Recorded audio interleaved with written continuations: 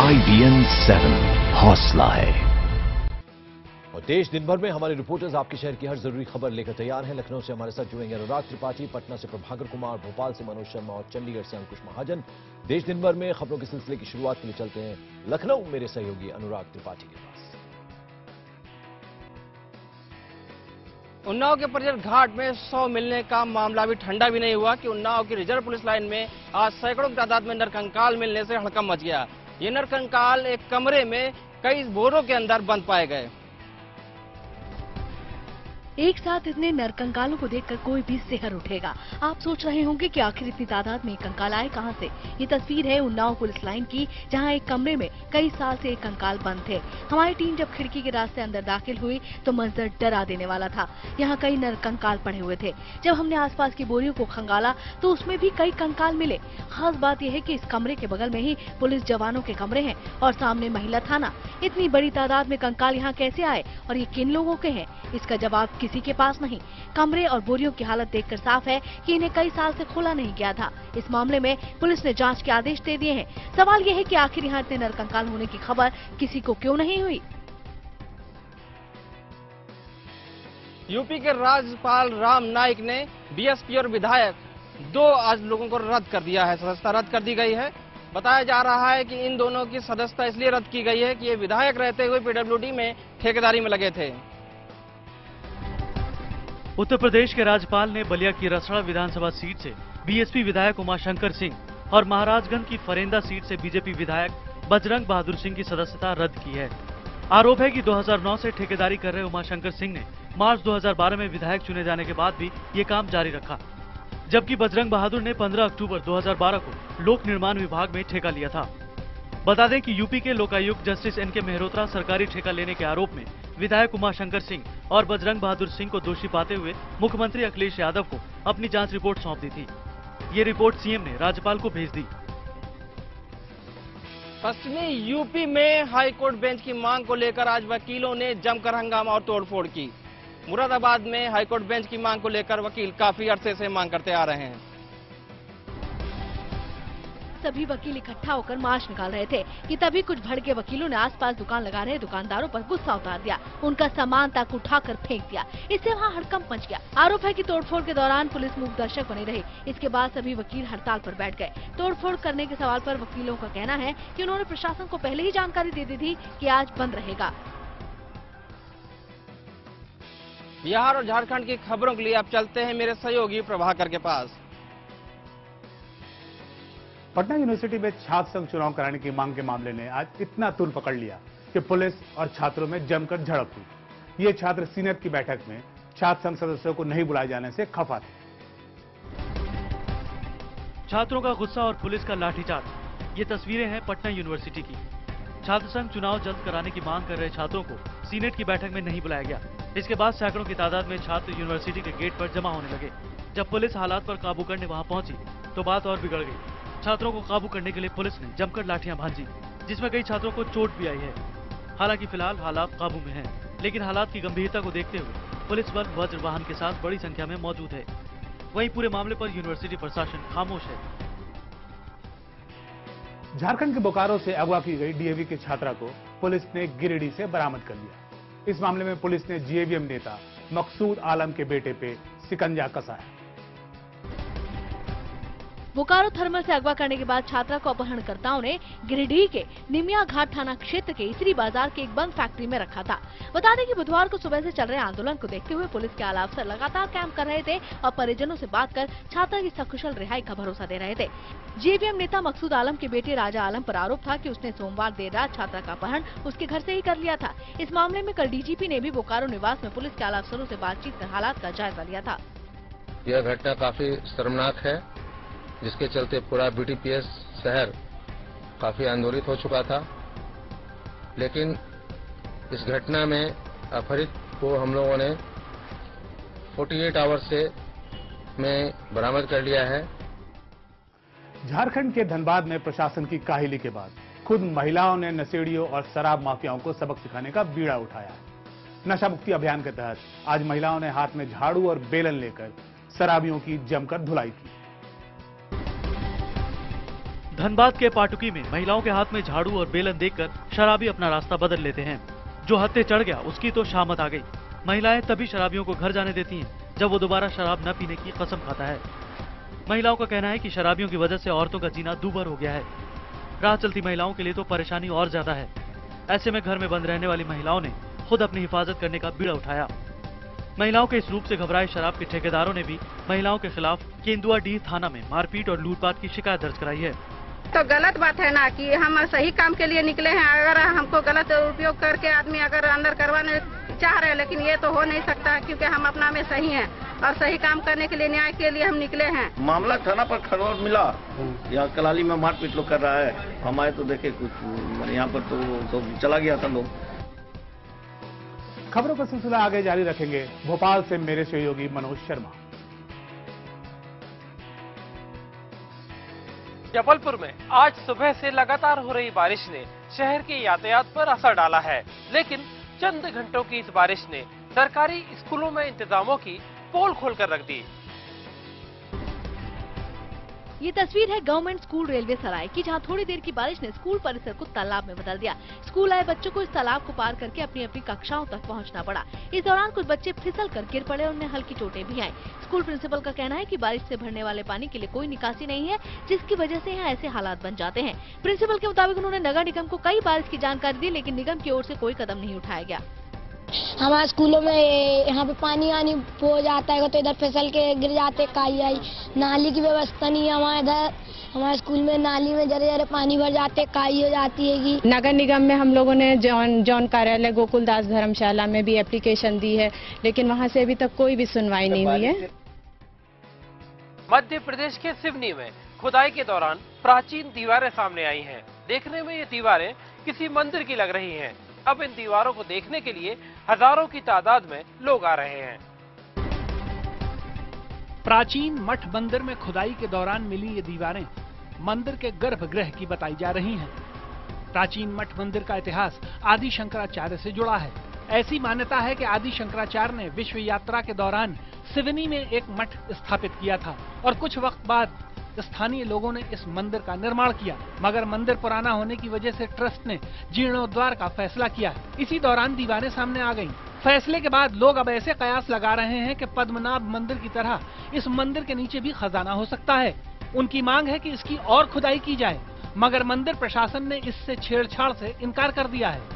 इसका हमारा जो धर्म है, सनातन धर्म का एक बहुत प्राचीन मंदिर है, ये हमारे समाज और हिंदू धर्म की प्रति एक धरोहर है। लगभग हमको भी नहीं मालूम ये दीवारें कितनी पुरानी या कितना पुरातन विभाग भी इस बात को मेरे ख्याल से समझ नहीं पाया होगा।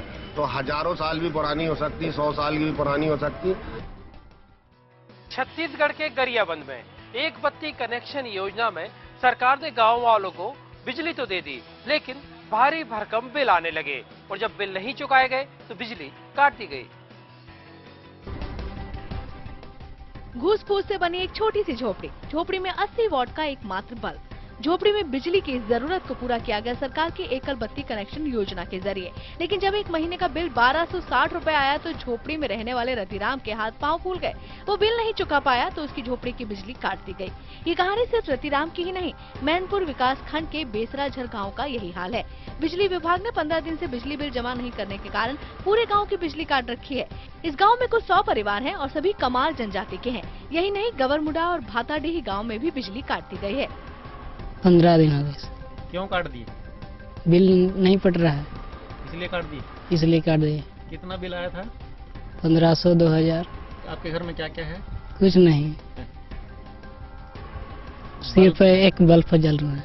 ये जो गांव है, आश्रित गांव है, लाइन कटी है सर, तो आपके द्वारा जानकारी मिल रहा है आपसे, फिर से जानकारी ले लेते हैं, है ना, कि लाइन कटी है कि क्या है। अगर उसकी जानकारी लेके तत्काल वहाँ पे चालू करवा देंगे। देश दिन भर में हरियाणा और हिमाचल की खबरों के लिए चलते हैं अंकुश महाजन के पास।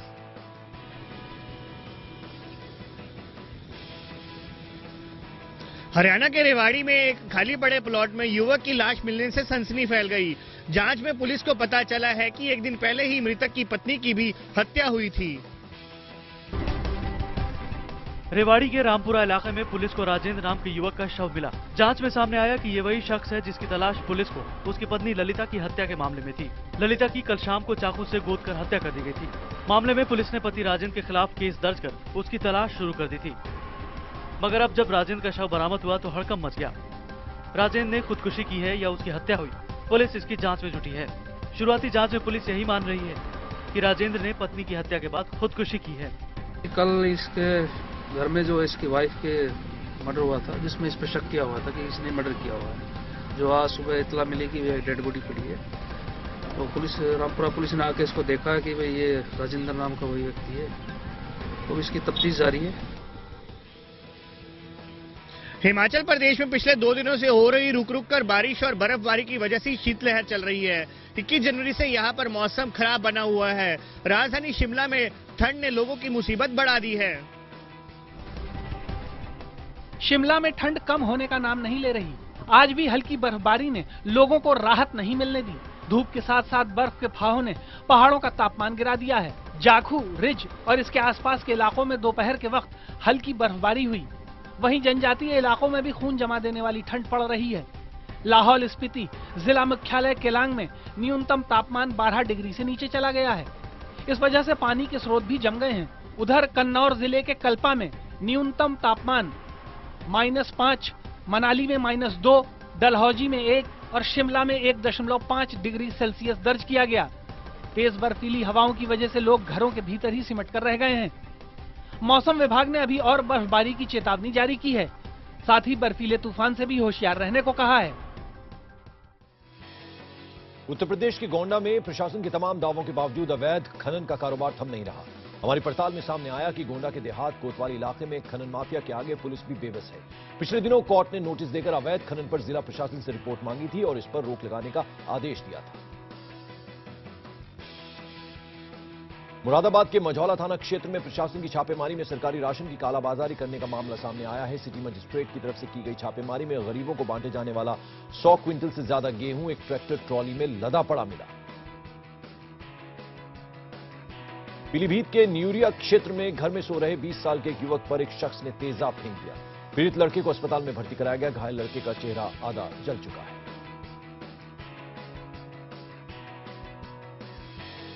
और पश्चिम बंगाल के हावड़ा स्टेशन पर रेलवे पुलिस का बर्बर चेहरा सामने आया। ऐसी तस्वीरें सामने आई जिसमें रेलवे पुलिस के जवान शारीरिक रूप से अक्षम एक शख्स को बुरी तरह से पीटते दिखाई दे रहे हैं।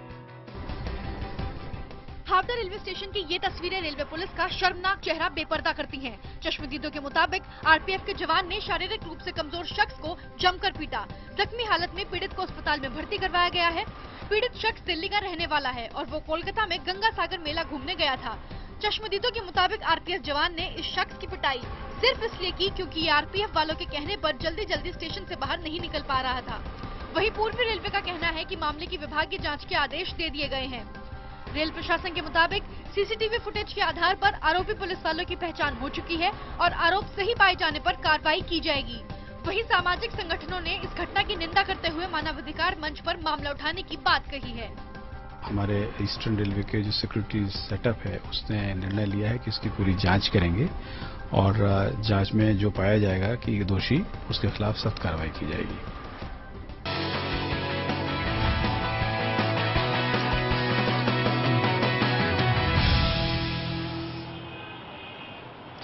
अहमदाबाद को सबसे प्रदूषित शहरों की सूची में रखने को लेकर WHO और गुजरात सरकार आमने सामने आ गए हैं।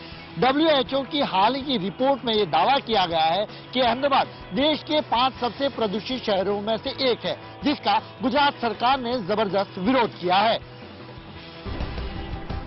तेजी से देश के विकास की रफ्तार का हिस्सा बन रहा अहमदाबाद, चकमाचक सड़कें, 24 घंटे बिजली, शानदार BRT और न जाने क्या क्या, मगर WHO के एक दावे ने गुजरात सरकार की नींद उड़ा दी। संस्था का दावा है कि अहमदाबाद देश के 5 बड़े प्रदूषित शहरों में से एक है। सरकार ने पूरी रिपोर्ट पर कड़ी आपत्ति जताई है। We have already taken up this matter with WHO and sent them the correct picture. We are hopeful that they will correct the mistake which they have made in this report. Gujarat सरकार ने WHO की report को भ्रमित करने वाला करार दिया। सरकार की तरफ से प्रदूषण नियंत्रण बोर्ड ने WHO को खत में लिखा है कि अहमदाबाद को 5 सबसे प्रदूषित शहरों में बताना बड़े झटके के बराबर है। यहाँ तक कि मिस रिपोर्टिंग के चलते सरकार की कोशिशों पर दाग लगा है, जिसे तुरंत सुधारा जाए। राजस्थान के बीकानेर में एक भयंकर सड़क हादसे में महिला के मौत के बाद लोगों का गुस्सा फूट पड़ा। लोगों ने गुस्साई भीड़ ने पहले तो सड़क जाम कर दी और उसके बाद पुलिस से हाथापाई की। बीकानेर के गंगा शहर थाना इलाके में तेज रफ्तार कैंपर ने मोहतासराय इलाके में एक महिला को कुचल दिया। महिला के मौके पर ही मौत हो गई। इलाके में इस तरह के मामले पहले भी सामने आ चुके थे। ऐसे में लोगों का गुस्सा फूट पड़ा। लोग पुलिस के साथ धक्का मुक्की पर उतारू हो गए। लोगों का आरोप है कि पुलिस की मिलीभगत से भारी वाहन नो एंट्री में आ जाते हैं। लोगों ने पुलिस पर खुलकर रिश्वतखोरी का आरोप लगाया। लोगों ने मृतक रहमत का शव उठाने से इनकार कर दिया। हालात को देखते हुए मौके पर बड़ी संख्या में पुलिस तैनात की गई है। डीएम ने मामले की गंभीरता को देखते हुए एटीएम सिटी को मौके पर भेजा है। उधर गुस्साए लोग मृतक के परिवार के लिए 50 लाख के मुआवजे की मांग कर रहे हैं। नो एंट्री जोन होने के बावजूद यहाँ पर क्या है, बड़ी गाड़ियां और छोटी गाड़ियां आती रहती है। पुलिस प्रशासन की लापरवाही समझे या किसी की भी लापरवाही समझे, यहाँ पर ये तीसरा मामला है और यहाँ की जनता के साथ जो आक्रोश हो रहा है, ये आक्रोश हर बार होता रहेगा। रांची में बीती रात एक कपड़े के शोरूम में घुसकर हथियारबंद बदमाशों ने एक कर्मचारी की पिटाई कर 30,000 रुपए और महंगे कपड़े लूट लिए। वारदात के बाद पुलिस के तमाम अफसरों ने मौके का जायजा लिया, मगर अभी तक बदमाश नहीं पकड़े गए हैं। मध्य प्रदेश के हरदा में कलेक्टर दफ्तर परिसर में बने एक्सिस बैंक के एटीएम में देर रात बदमाशों ने मशीन में तोड़फोड़ की। हालांकि वो एटीएम नहीं तोड़ पाए, मगर इस घटना ने कलेक्टर कार्यालय की सुरक्षा पर सवालिया निशान लगा दिया है। पुलिस सीसीटीवी की मदद से चोरों की तलाश की कोशिश कर रही है।